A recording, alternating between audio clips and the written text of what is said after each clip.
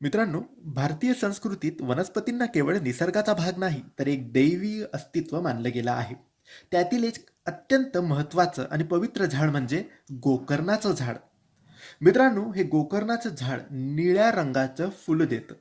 हे आकर्षक असून शांती, भक्ती, आध्यात्मिक उन्नतीचं प्रतीक मानलं जातं.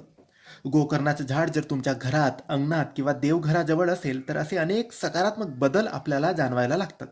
याची फुलं रोज देवाला वाहिल्यास मनशांती, एकाग्रता आणि घरातील तणाव दूर होण्यास मदत होते. या झाडाला धार्मिक दृष्टिकोनातून देखील खूप महत्त्व आहे. विष्णू, लक्ष्मी, शंकर, विशेषतः शनिदेव यांना गोकर्णाचे फूल अत्यंत प्रिय मानलं जातं. मित्रांनो, शास्त्रात म्हटलं आहे की गोकर्णाचं फूल हे नकारात्मक ऊर्जा नष्ट करतं. ज्या घरात रोज या झाडाची फुलं उमलतात त्या घरात दैवीय ऊर्जा वास करते. अडचणींमध्ये अडकलेली कामं पूर्ण होऊ लागतात, मनात नकोसे विचार कमी होतात आणि ईश्वरावरचा विश्वास अधिक दृढ होतो.